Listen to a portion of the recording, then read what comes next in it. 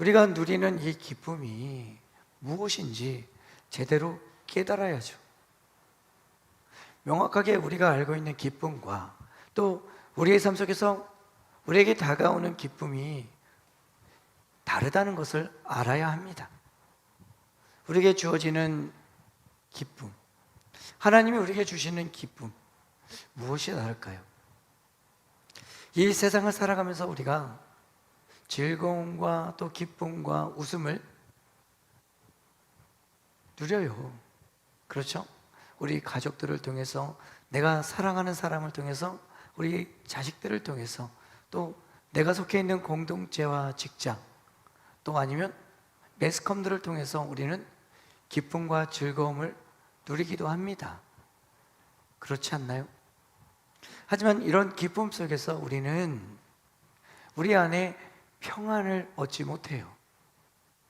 잠깐의 고통을 잊기 위한, 아니 그저 내 육적인 즐거움을 채우기, 회수하기 위한 그런 기쁨을 누리며 살아가고 있습니다. 우리가 하나님의 자녀고 또 구원받은 자들로서 살아가고 있는 우리들이지만, 우리가 누리고 있다는, 또 우리가 느끼고 있는 이 기쁨이 정말 하나님이 주신 참된 기쁨인지 우리가 분별할 수 없을 때가 더 많아요. 그렇지 않습니까? 명확하게 이것은 하나님이 주신 기쁨이야, 아니야 이거는 그냥 나의 기분 전환, 내가 세상에서 조금 즐길 수 있는 즐거움, 이렇게 명확하게 구분 지을 수가 없을 때가 많아요.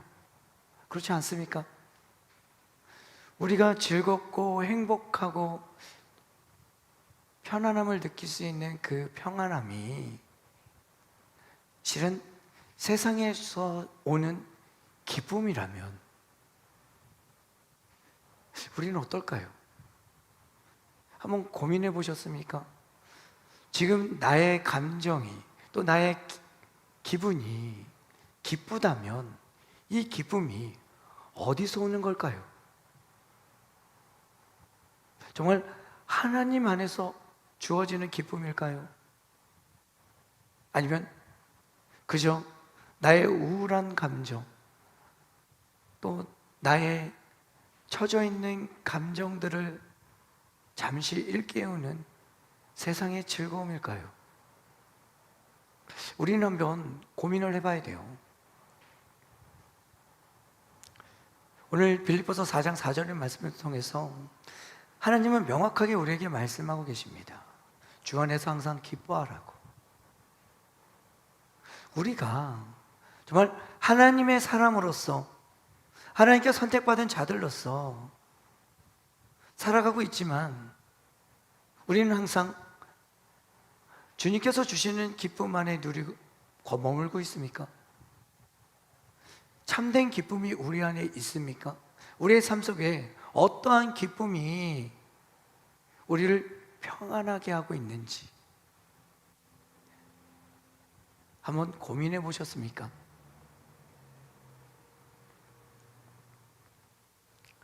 우리에게 주어지는 기쁨은 세상이 주는 기쁨과 다릅니다. 그리고 일회성의 기쁨이 아니에요. 한번 우리에게 들어온 그 기쁨은 영원토록 변함없이 우리에게, 또 우리 안에 있음을 잊지 마시길 바랍니다. 우리는 그것을 찾지 않아요. 그저 일회성의 기쁨이냐, 마귀의 속삭임에 넘어가 그것이 우리에게 영원히 주는 기쁨임을 잊고 살아가고 있음을 우리는 잊지 말아야 합니다. 그래서 우리는 찾아야 합니다.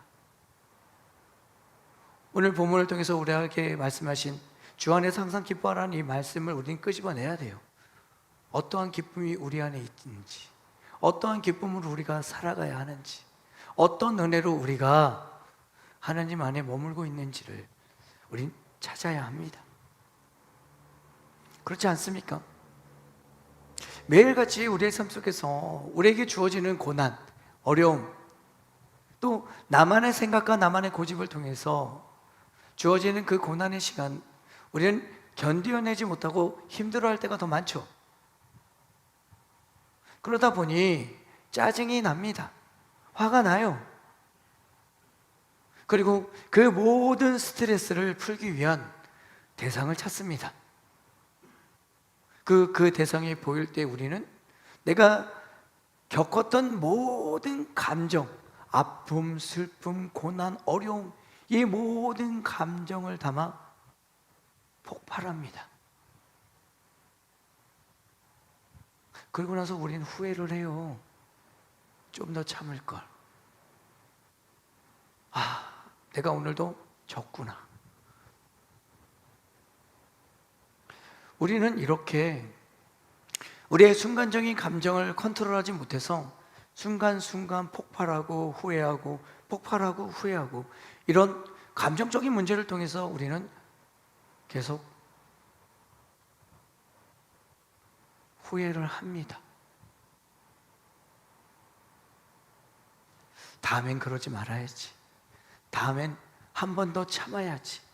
다음엔 하나님께 잠시 기도하자. 이런 다짐을 수없이 하지만 결국엔 우리는 우리의 감정을 주체하지 못할 때가 더 많아요. 그렇지 않습니까? 우리가 하나님의 자녀로서 누리고 있는 삶은 하나님께 선택받은 자들에게 주어지는 축복이요 은혜임을 잊지 말아야 합니다. 우리는 이것을 잊어요. 내가 저 세상에 살아가는 사람들과 다른 점은 이거 하나입니다. 우리가 예수 그리스도를 믿음으로 구원을 받은 것, 그리고 하나님의 자녀가 되어 새 사람이 되었다는 것. 우리는 너무나 쉽게 이 모든 사실을 잊고 살아요.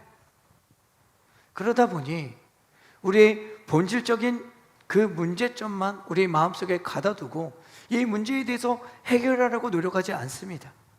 하나님은 우리에게 명확하게 말씀하세요. 말씀으로 채우고 또 우리의 죄를 회개함으로 우리의 속에 있는 더럽고 추한 죄, 그것을 털어내고 내려놓으라고 수없이 말씀하시지만 우리는 그러지 못합니다. 우리 안에 참된 기쁨을 심기 위해선 결국엔 우리가 우리를 돌아봐야 합니다. 예수님께서는 우리의 원죄, 우리의 죄를 위해서 죽으셨지만 우리는 그것을 믿었기에 하나님의 자녀가 되었지만 지금 우리의 삶 속에서는 우리는 그것을 인정하지 않고 살아요. 잊어버리고 삽니다. 그렇기 때문에 우리 안에 예수 그리스도의 십자가의 흔적은 있지만 참된 기쁨, 참된 평안이 우리 안에 없어요. 하나님은 분명히 우리에게 말씀하고 계십니다. 평안을 누리라고, 나의 안에 거하라고.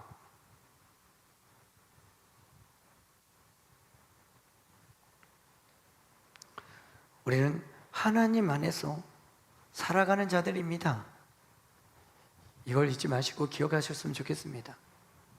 그러기에 우리가 오늘 우리에게 주신 말씀처럼 주 안에서 항상 기뻐하라는 이 말씀을 붙잡으시길 바랍니다. 우리의 삶 속에서 우리에게 주는 참된 기쁨은 하나님이 주시는 기쁨밖에 없어요.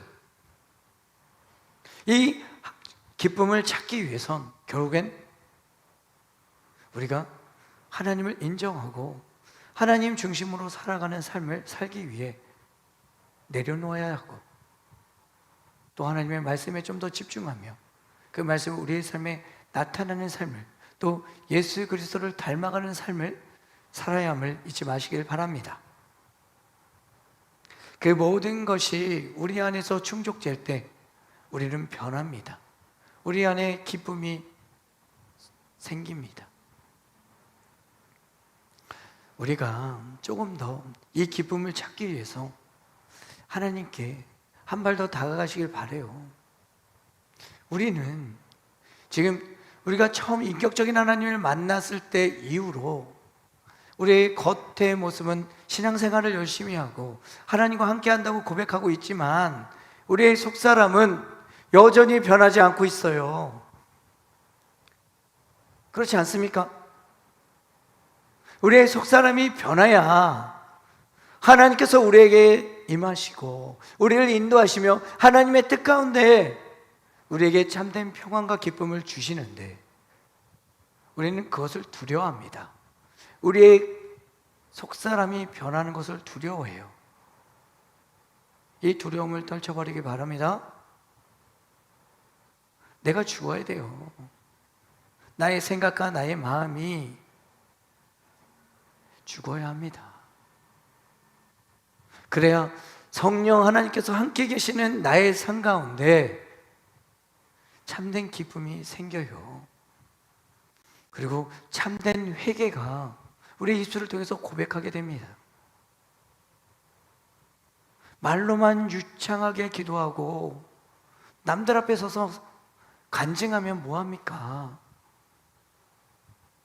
나의 삶은 변화가 없는데, 나의 속은 아직도 썩어 있는데, 병들어 있는데,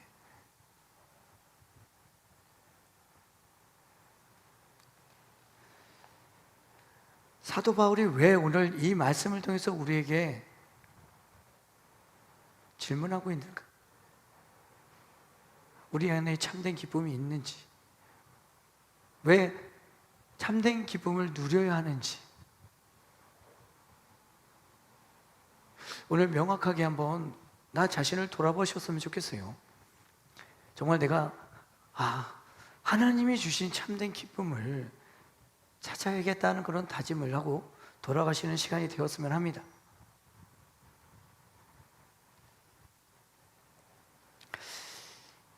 이 빌립보서를 작성할 당시에 사도 바울은 감옥에 있었습니다. 우리가 생각해봐요. 우리는 우리 마음대로 우리 뜻대로 움직이지 못하고 행동하지 못할 때 우리는 답답함을 느낍니다. 그렇지 않습니까? 누군가가 나를 억압하고 또 누군가가 나를 헤아려 할 때 우리는 두려워하고 그리고 그곳에서 벗어나기 위해서 발버둥 칩니다. 하지만 사도 바울은 자신이 처한 그 자리에서 빌립보 교인들에게 이렇게 권면해요. 또 우리에게 권면합니다. 주 안에서 항상 기뻐하라고. 내가 다시 말하노니 기뻐하라고. 자신의 상황을 돌아보지 않아요. 왜? 사도 바울은 왜 이런 고백을 또 이런 편지를 빌립보 교인들한테 했을까요? 그는 다메섹 길가에서 만난 예수 그리스도로 인해 그의 삶은 거듭났습니다. 그리고 그 거듭남을 통해서 그는 깨달아요. 내 삶에 예수 그리스도가 그 복음이 내 안에 있음을 또 내게 주신 사명이 무엇인지 그는 그 시간을 통해서 또 그 이후의 경험과 체험을 통해서 하나님이 자신에게 행하실 일과 또 비전을 꿈꾸며 행하며 살아갑니다. 그리고 그는 고백합니다. 내 삶에 예수밖에 없다고. 예수와 함께하는 삶이 얼마나 큰 기쁨이고 얼마나 큰 은혜임을 그는 그 스스로 많은 사람들에게 간증하며 다닙니다. 그렇기 때문에 그는 어떠한 역경과 환경 속에서라도 항상 기뻐하며 하나님을 바라보고 예수 그리스도와 동행하는 삶을 살 수 있었어요. 그는 예수 중심의 삶을 살았습니다. 그러기에 그가 감옥에 갇혀 있는 그 현실 속에서도 빌립보 교인들에게 권면하고 있는 거예요. 항상 주 안에서 기뻐하라고. 우리의 삶을 돌아보십시오. 우리는 예수 그리스도를 믿음으로 구주를 우리 안에 내 주로 시인하고 고백했습니다. 그리고 그 십자가의 사랑을 믿습니다. 그리고 하나님의 자녀가 되었음을 나 스스로 인정하고 살아가고 있습니다. 하지만 우리 안에 예수가 있습니까? 정말 우리 안에 십자가의 그 보혈이 흐르고 있습니까?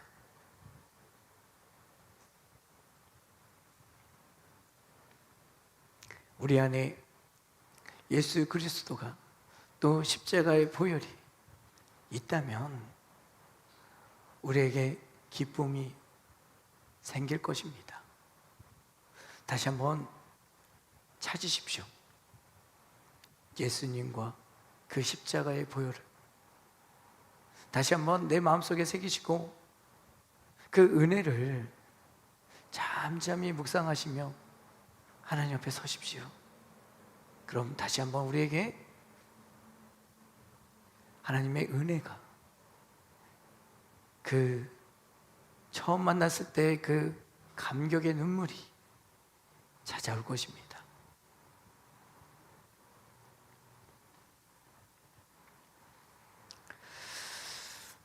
오늘 본문 말씀 속에 주 안에서라는 말씀이 있어요.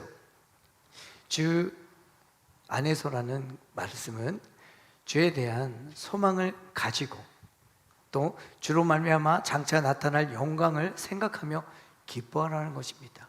그 안에 머무르라는 뜻이에요. 결국엔 예수 그리스도를 생각하며 하나님께서 예수 그리스도가 다시 오실 그 날을 고대하며 우리의 삶 속에 다시 오실 그 예수를 기다리는 그 기쁨으로 그 기대감으로 살아가라고 말씀하고 있는 거예요. 우리는 이미 그 안에 머무르고 있음을 잊지 마시길 바랍니다.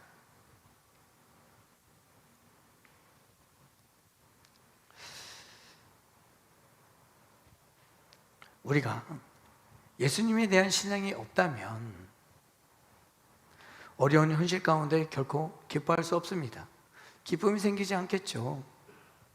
날마다 절망과 어려움과 불만과 불평, 그 가득한 삶을 살 수밖에 없을 것입니다. 그나마 우리 안에 예수님께서 주신 그 사랑, 또 성령 하나님이 우리와 함께하는 삶을 살아가기에 그나마 조금 더 우리가 말씀 안에 거할 수 있는 삶을 살아갈 수 있음을 잊지 마시길 바랍니다. 그리고 오늘 말씀 속에 항상이라는 말씀이 있는데 이건 헬라어로 판토테라는 뜻을 가지고 있습니다. 이 판토테는 전체라는 뜻의 판과 시간과 기간을 가리키는 호테의 합성어입니다. 한순간도 예외 없이 모든 시간 속에 함께 한다는 거예요. 그래서 항상이란 이 뜻 가운데 언제나 기쁨이 우리 안에 항상 끊임없이 함께 해야 함을 우리에게 말씀하고 있습니다. 그런 기쁨이 주 안에 있음을 깨달으시길 바랍니다. 사도 바울은 자신의 삶을 통해서 우리에게 교훈을 줍니다. 그를 핍박하고 또 그를 죽이려 했던 많은 상황 속에서도 그는 항상 하나님을 바라보는 삶을 살았습니다. 예수 그리스도를 증거하고 예수 안에 머물기 위해 자신의 목숨조차도 아끼지 않던 그 사도 바울의 삶이 그 삶 속에서 우리는 배워야 합니다. 사도 바울은 항상 하나님을 바라보고 예수 그리스도를 증거하며 예수와 함께하는 동행하는 삶을 살기 위해 자신의 인생의 최대 목표를 가지고 살았습니다. 그런 삶을 통해서 우리에게 수없이 많은 것들을 깨닫게 하고 있어요.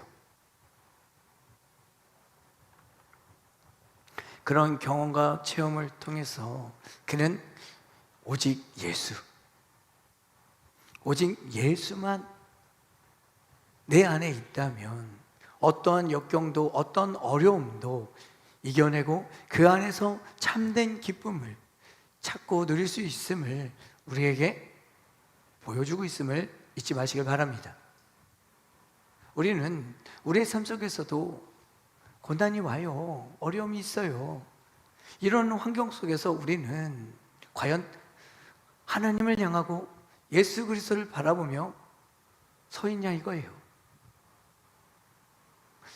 우리가 환경 속에서 어려움이 오면 우리는 당장에 어떻게든 이 문제를 해결하기 위해 기도하기보단 세상의 방법을 찾을 때가 더 많습니다.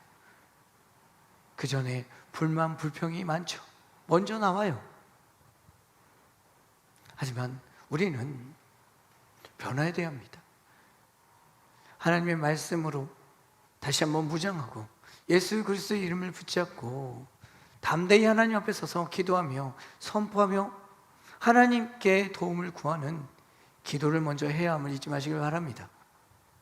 우리의 삶이 하나님을 향하고 예수와 동행하는 삶으로 변화되어야 함을 잊지 마시고 노력하십시오. 그 안에 거하기 위해, 그와 함께하는 삶을 살기 위해 나 자신을 비워나가시는 우리 성도님들의 삶이 되시길 축원드립니다. 나를 비워야 돼요. 내 생각과 내 고집, 내 마음을 비워야 합니다. 어떤 상황이 놓이면, 어떤 어려움이 오면 우리는 먼저 무릎을 꿇어야 돼요. 하나님의 이름을 간절히 부르며 그 모든 문제의 근원이 나임을 먼저 시인하고 하나님, 내 죄 때문에 이런 어려움이 있음을 고백하며 나를 먼저 돌아보고 회개하며 내려놓는 그 기도의 시간이 필요함을 잊지 마시길 바랍니다. 나의 문제가 해결되고 나의 고집, 나의 생각을 내려놓을 때 비로소 하나님은 일하기 시작합니다. 이런 경험과 체험을 통해서 우리가 하나님과 좀 더 가까워질 수 있어요. 그렇지 않습니까? 우리는 하나님께 구하는 것, 하나님께 내려놓는 걸 두려워해요. 왠지 모르지만 하나님께 기도하고 하나님, 내 문제가 이렇습니다. 나의 마음이 이렇습니다. 나의 감정이 이렇습니다. 이렇게 고백하는 것에 서투릅니다. 어떻게든 우리의 감정을 하나님께 올바르게 표현하고 나타내지 못하고 그냥 돌려서 기도할 때가 많아요. 그러지 마십시오. 우리의 작은 감정 하나하나 하나님께 구하십시오. 그냥 하나님 다 아시죠? 아니요. 우리의 시시콜콜한 작은 것들까지도 하나님은 우리 입술을 통해서 듣길 원하심을 잊지 마시고 항상 고백하십시오. 그래야 됩니다. 그래야 우리의 영이 가벼워져요. 우리의 영을 만지시는 하나님의 그 손길을 느낄 수 있어요. 그리고 예수님의 그 십자가의 보혈이 우리 안에 흐르고 있음을 느낄 수 있어요. 말로만 하지 맙시다. 우리가 하나님의 자녀고 예수 그리스도를 믿는 자들이라면 우리의 마음의 짐을 내려놓으시길 바랍니다.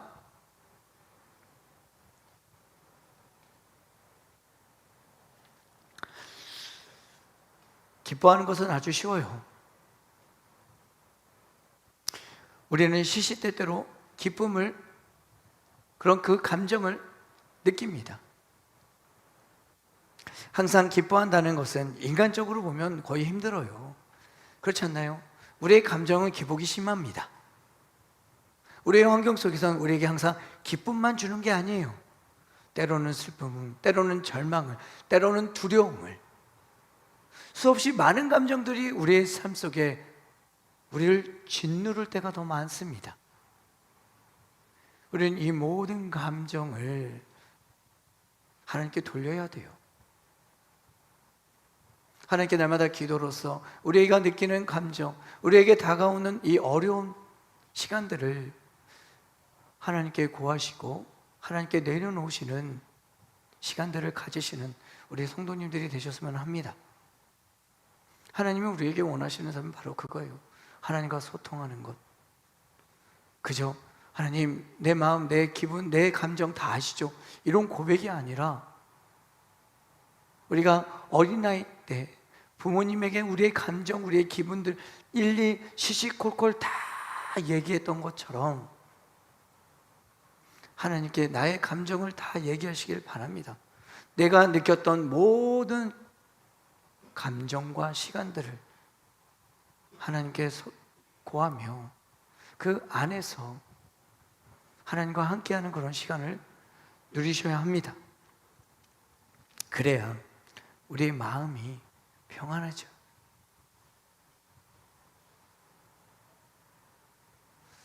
우리는 우리의 삶에 나의 생각과 내가 만든 울타리에 나를 가둬놓고 살 때가 더 많아요. 나만의 기준에, 나만의 잣대에 맞춰 많은 것들을 판단하고 또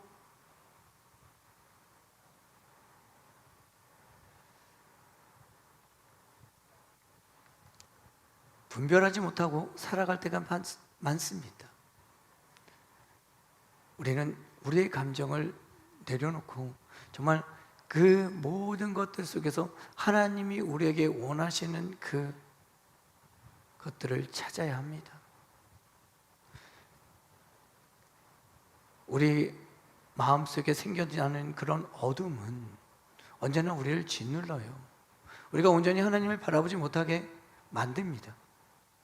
그 모든 감정이 바로 나의 생각과 나의 마음, 또 세상에서 오는 수없이 많이 오는 유혹과 그런 환경 속에서 주어지는 것임을 잊지 마시고 우리가 하나님 앞에서 내려놓아야 될 것들이 무엇인지 올바르게 분별할 수 있는 은혜를 구하시는 우리 성도님들의 삶이 되시길 바랍니다. 우리가 올바르게 분별하지 못할 때 우리는 또 어려워져요. 힘들어집니다. 그리고 참된 기쁨과 평안이 우리 안에 사라져요. 우리는 하나님 앞에서 우리의 생각의 그릇을 비우고 근심과 걱정의 그릇을 비우고 감정의 그릇을 비워야 그 비워진 그릇 속에 하나님이 주신 은혜와 하나님이 주신 말씀으로 채워짐을 우리는 깨달아야 합니다. 하나님이 우리 안에 들어올 곳이 없는데 우리의 마음이 어떻게 변하겠어요? 우리의 아픔이 어떻게 사라지겠습니까? 하나님께 맡기시고 하나님께 내려놓으시는 삶을 살아가시는 우리 성도님들이 되셨으면 합니다. 우리는 하나님이 주신 생명의 말씀으로 채워져 나가는 삶을 살아야 합니다. 이 말씀을 통해서 우리가 깨어지고 이 말씀을 통해서 우리가 위로를 받고 이 말씀을 통해서 우리가 거듭날 수 있음을 시인하시고 이 말씀 가운데 우리에게 주신 기쁨을 찾으시는 우리 성도님들이 되셔야 합니다. 그죠? 내 안에 흘러가는 그런 말씀이 아니라 내 귓가에 들려오는 말씀이 아닌 그저 복된 말씀으로 나의 마음을 위로하는 말씀으로 듣는 것이 아니라 우리 안에 깊이 새겨지는 말씀으로 새기시는 우리 성도님들이 되셔야 해요. 말씀은 우리의 삶을 변화시킵니다. 이 말씀을 통해서 우리는 기쁨을 또 우리의 영을 회복되어질 수 있는 그런 놀라운 은혜가 있음을 잊지 마시길 바랍니다. 자, 그렇다면 우리는 어떻게 하면 기쁨을 누리며 살아갈 수 있을까요? 첫째입니다. 날마다 새로워지길 기도해야 돼요. 에스겔 36장 26절과 27절에 또 내 새 영을 너희 속에 두고 새 마음을 너희에게 주되 너의 육신에서 굳은 마음을 제거하고 부드러운 마음을 줄 것이며 또 내 영을 너희 속에 두어 너희로 내 율례를 행하게 하리니 너희가 내 규례를 지켜 행할지라. 아멘. 하나님께서는 이 에스겔서 36장 26절과 27절 말씀을 통해서 우리의 영을 변화시키시고 우리의 영을 새롭게 하신다고 말씀하고 계세요. 우리는 이것을 위해서 기도해야 합니다. 날마다 우리의 것을 내려놓고 우리의 죄를 하나님께 회개하며 하나님께 돌이킬 수 있는 시간을 가져야 함을 잊지 마시길 바랍니다. 그리고 우리는 간절히 기도해야 돼요. 하나님, 오늘도 나는 새로워지길 원합니다. 하나님의 말씀으로, 하나님의 은혜로, 예수 그리스도의 보혈로 우리의 삶 가운데 우리를 짓누르고 억누르는 모든 감정과 어려운 환경 속에서라도 우리는 하나님이 주시는 이 말씀을 통해 새로워지길 원하오니 우리를 새롭게 하시옵소서. 이런 고백을 담아 기도하시는 우리 성도님들이 되셔야 합니다. 그럼 우리에게 기쁨은 찾아올 것입니다. 우리는 날마다 우리 안에 새로운 영이 있기를 또 머물기를 기도한다면 하나님은 반드시 우리 안에서 역사하실 것입니다. 성령 하나님이 우리와 함께 하시기에 예수 그리스도와 내 안에 있음을 믿으신다면 날마다 우리 입술을 열어 기도하십시오. 간구하시길 바랍니다. 우리의 영이 새로워지길, 날마다 새로워지는 시간을 가지시길 축원드립니다. 두 번째, 하나님을 만나는 삶을 꿈꿔야 합니다.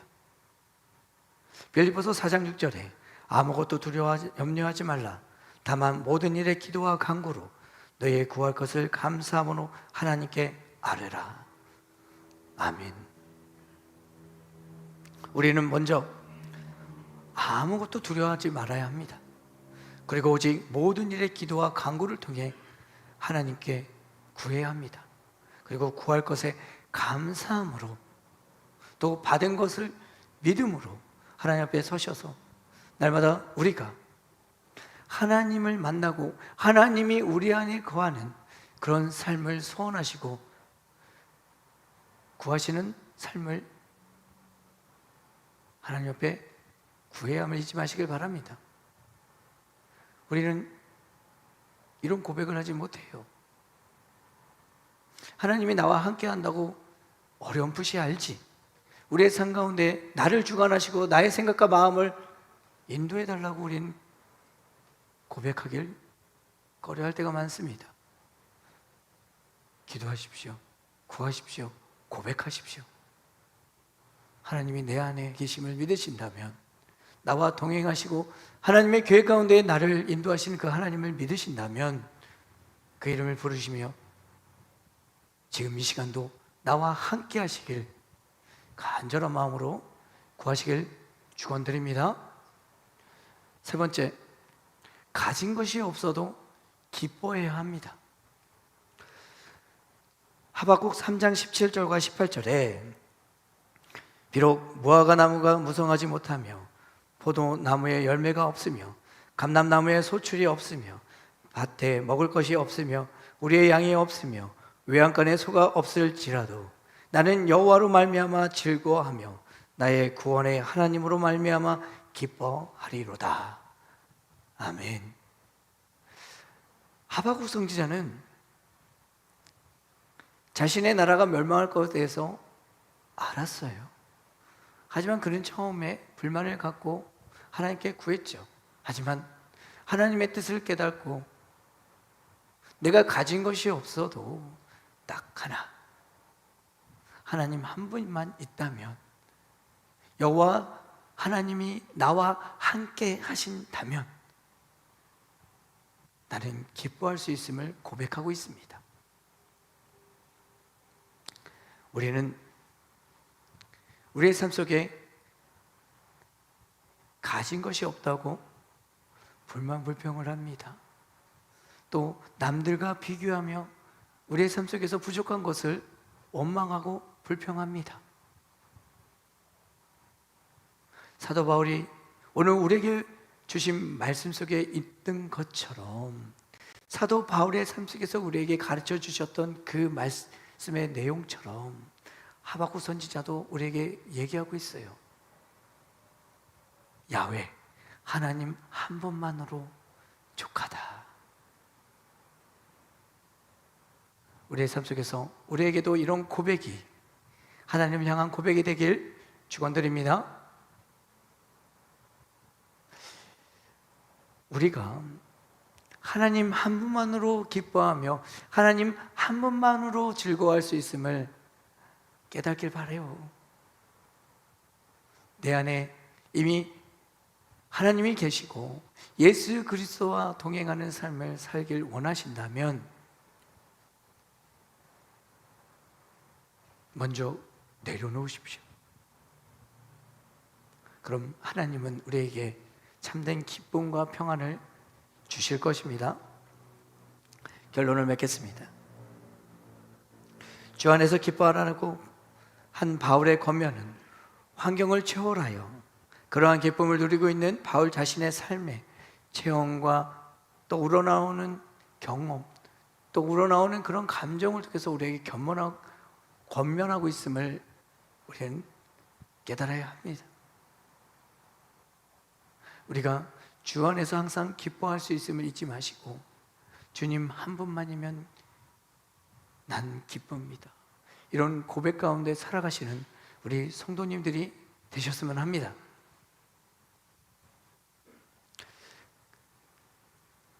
내 자신의 삶 속에 환경이 아닌 주 안에 있는 기쁨이 내 안에 있음을 믿으시고 그 안에 머물기 위해 노력하시고 찾으시는 우리 성도님들의 삶이 되시길 축원드립니다. 이 시간 우리 다시 한번 오늘 본문의 말씀을 다시 한번 진심을 담아 우리 입술을 열어 고백합시다. 다 같이 고백합니다. 주 안에서 항상 기뻐하라. 내가 다시 말하노니 기뻐하라. 아멘.